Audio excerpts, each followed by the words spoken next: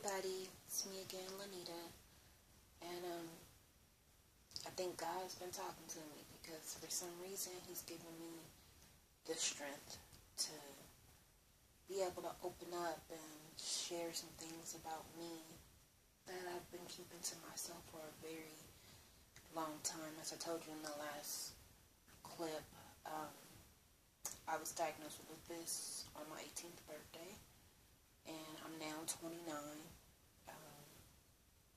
They said I wouldn't make it to see this far, so I'm so very blessed. So I'm trying to learn to appreciate that and maybe be an eye-opener for some people, or just give support, let you know you're not alone.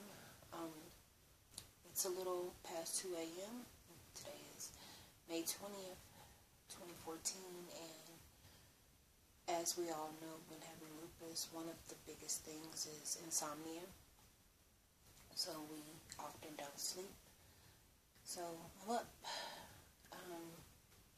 I wanted to kind of just leave it open for anybody that needs somebody to talk to. If you have any questions in regards to how to cope with starting dialysis, if it comes to that for you, hopefully it doesn't.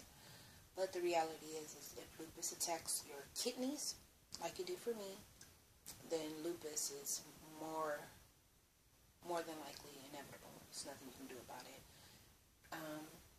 I'm not going to tell you it's not going to be difficult in the beginning, but you'll get through it. I promise you that you will. I want to let you know there are some things that you don't become prepared for. Like with me, my calcium deficiency has made me lose my teeth. And this will be the first time I've ever showed my mouth to anybody. Losing my teeth has been the hardest part of all of this for me, and I've just lost them in the last 2 years. It makes me sometimes feel less than a woman, because I feel like, who's gonna want you? You know, when you can't even smile. I literally have to practice how to laugh without showing my mouth. And you know, the problem is like when you're on Medicare, they don't offer you dental, so it's nothing you can even do about it. If you can't afford it out the pocket, you're pretty much stuck. So I want to show you guys what can happen, just as a side effect of having lupus. Your teeth can decay. It's nothing that you do or don't do that can prevent it. So I want to be clear about that. We have a calcium deficiency, and losing your teeth, your fingernails. I for some reason, my nails grow fine, but my teeth are falling out. So here goes. I have lost 5 teeth here, and these ones are breaking off.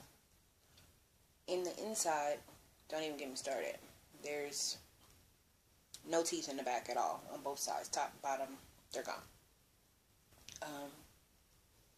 I hate it, but it is what it is, I guess.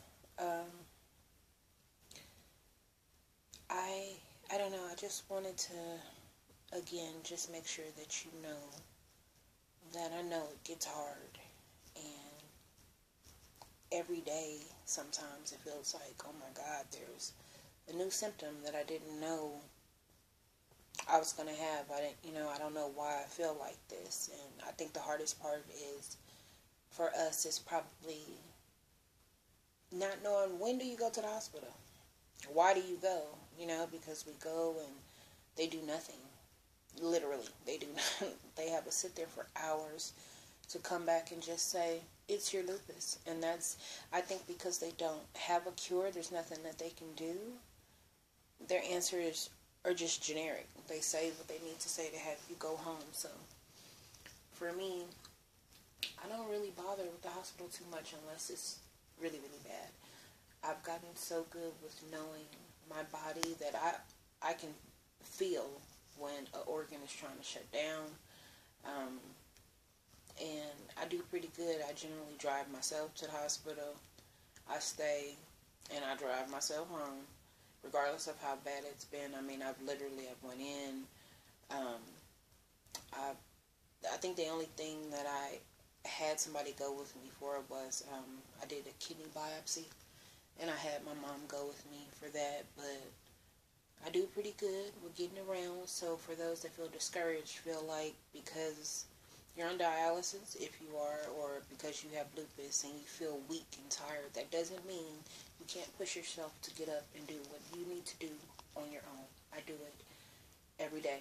I do dialysis 3 days a week for 3.5 hours a session. I drive myself there. I drive myself home. I do come home and I sleep for a good 4 hours, but then I get up, I fix dinner for my son and my brother and my mom, and I do what has to be done. I'm not going to say that things aren't done at a slower pace now, but they get done. And I'm not going to let this be the end of me, the way they want to say. I'm not telling you it's not going to be hard. I mean, I've had,